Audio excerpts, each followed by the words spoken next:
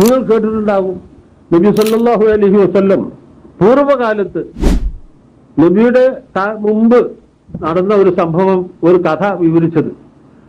3 ആളുകൾ ഒരു യാത്ര പോയി. സന്ധ്യയായപ്പോൾ അന്തി ഉറങ്ങാൻ സ്ഥലം കാണാതെ വിഷമിച്ചു. തുറന്ന മരുഭൂമിയാണ്. ഇതുപോലെ ടൗണുകളോ അവിടെ ലോഡ്ജുകളോ ഒന്നുമില്ല. അങ്ങനത്തെ ഒരു പ്രദേശത്ത് പെട്ടു. സന്ധ്യയായപ്പോൾ ക്ഷീണം ഓർത്തുവരുന്നു, സ്ഥലം കാണുന്നില്ല. അങ്ങനെ ഒരു മലയുടെ ചരിവിൽ ഒരു ഗുഹ കണ്ടു. നോക്കിയപ്പോൾ തരക്കടില്ല, അവിടെ വിശ്രമിക്കാമെന്ന് തോന്നി. അതിനുള്ളിൽ 3 പേരും കടന്നുകൂടി. അതിനുശേഷം മലയുടെ മുകളിൽ നിന്ന് ഒരു പാറക്കല്ല് ഉരുണ്ടു വന്നിട്ട് ആ ഗുഹയുടെ മുഖം അടഞ്ഞുപോയി. ഒരു നിവൃത്തിയില്ല. ഒരു 3 ആളല്ലേ ഉള്ളൂ, 300 ആൾ കൂടി ഉന്തിയാലും കല്ല് നീങ്ങൂല. അങ്ങനത്തെ ഭയങ്കര കല്ല്. അപ്പൊ അവര് എന്താ ഇപ്പൊ നിവൃത്തി?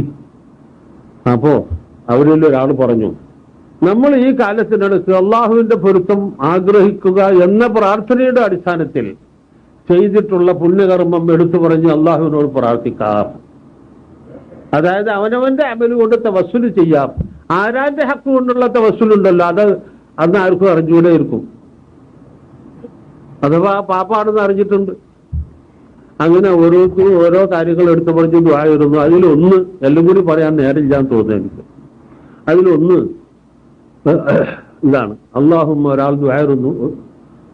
2 ആളുടെ പ്രാർത്ഥന കഴിഞ്ഞു, കല്ല് കുറയാണ്ട് നീങ്ങി, പുറത്ത് പോകാൻ സൗകര്യമില്ല. കാറ്റ് കറക്കും, വെയിൽ കാണും, വെളിച്ചം കാണും, അത്രയേ ഉള്ളൂ.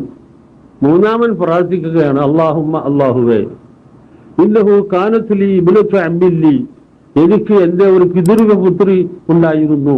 വകുന്തു ഉഹിബ്ബുഹാ കഅശദ്ദി മാ യുഹിബ്ബുർ റിജാലു നിസാഅ, പുരുഷന്മാര് സ്ത്രീകളെ പ്രേമിക്കുന്നതിന്റെ മേലെ തലവരെ അങ്ങേ അറ്റത്തോളം ഞാൻ അവളെ പ്രേമിച്ചു. എനിക്ക് വലിയ ദുരാഗ്രഹമുണ്ടായി. എന്റെ ആഗ്രഹം നിറവേറ്റി തരാൻ അവളോട് ഞാൻ ആവശ്യപ്പെട്ടു. അവൾ സമ്മതിച്ചില്ല. അങ്ങനെ കുറെ കാലം കഴിഞ്ഞപ്പോൾ അവൾക്ക് പട്ടിണിയും പായേരവുമായി എന്റെ അടുക്കൽ വന്ന് സഹായം തേടി. എന്ത് വേണം? 120 ദീനാറാണ് ആവശ്യം എന്ന് പറഞ്ഞു. ഓ, അങ്ങനെ ആയിക്കോട്ടെ, തരാം. തീർത്ത് കാലായുള്ള പറഞ്ഞോളെ, എന്നോട് ഞാൻ ആഗ്രഹം പറയണം, നീ ഇതുവരെ സമ്മതിച്ചില്ലല്ലോ, ഇപ്പൊ എടുക്കണ്ടോ? പാവം, നിവൃത്തിയില്ലാതെ അങ്ങനെ ആകട്ടെ, സമ്മതിച്ചു. അങ്ങനെ അവരിരുവരും ആ ദുർവൃത്തി ചെയ്യാൻ തയ്യാറായി. ആ പാവം പെണ്ണ് അതിന് വഴങ്ങാൻ തയ്യാറായി. തുറന്ന് പറയുന്നു, വസ്ത്രം നീക്കി അദ്ദേഹം പറയാം ഈ പ്രാർത്ഥനയില്. ആ അന്ത്യനിമിഷത്തിൽ ആ പെണ്ണ് പറഞ്ഞു, ഇത്തഖില്ലാഹ് വലാ തഫുൽ ഖാതമ ഇല്ലാ ബിഹഖിഹി, അല്ലാഹുവിനെ സൂക്ഷിക്കുക, അവകാശം കൂടാതെ മുദ്ര പൊട്ടിക്കല്ലേ എന്ന് പറഞ്ഞു. അതായത് ഈ മുദ്ര പൊട്ടിക്കുവാനുള്ള അവകാശം നിക്കാഹ് കൊണ്ടല്ലേ ഉണ്ടാകുക, അത് ഇല്ലാത്ത സ്ഥിതിക്ക് അള്ളാഹുവിനെ സൂക്ഷിച്ചോ എന്ന് പറഞ്ഞു. ഇത് കേട്ട് ഞാൻ അള്ളാഹുവിനെ ഓർമ്മിച്ച് പേടിച്ച് പിൻവാങ്ങി അവളെ വിട്ടയച്ചു. അല്ലാഹുമ്മ ഇൻ കുന്ത തഅലമു അന്നി ഫഅൽതു ദാലിക ഇബ്തിഗാഅ വജ്ഹിക ഫഫർജ് അന്നാ മാ നഹ്നു ഫീഹി മിൻ ഹാദിഹി സഖറ, അല്ലാഹുവേ, മേൽപ്രകാരം ഞാൻ ചെയ്തത് നിന്റെ പ്രതിഫലം ആഗ്രഹിച്ചിട്ടാണെന്ന് നീ അംഗീകരിക്കുന്നുവെങ്കിൽ, നോക്കണം അയാൾ അദബ് കേട്ടോ, വളരെ മര്യാദയിലാണ്, വിനയത്തോടു കൂടിയാ പറയുന്നത്.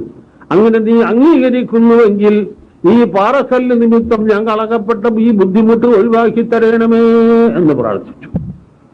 അള്ളാഹുവിന്റെ റസൂൽ പറയുന്നു, ഈ പ്രാർത്ഥനയോടുകൂടി ആ കല്ല് പൂർണ്ണമായി നീങ്ങി അവരെല്ലാം ഇറങ്ങിപ്പോവുകയും ചെയ്തു. അപ്പൊ എന്ത് മനസ്സിലാകുന്നു? എന്താ ഇപ്പൊ ഇയാൾ ചെയ്ത പുണ്യകർമ്മം, തഖ്വ എന്താണ്? അത് ചെയ്തില്ല എന്നുള്ളതാണ്. ആ ചെയ്യാതിരിക്കൽ ഏറ്റവും വലിയ ഇബാദത്താണ്. മനസ്സിലായിക്കോട്ടെ.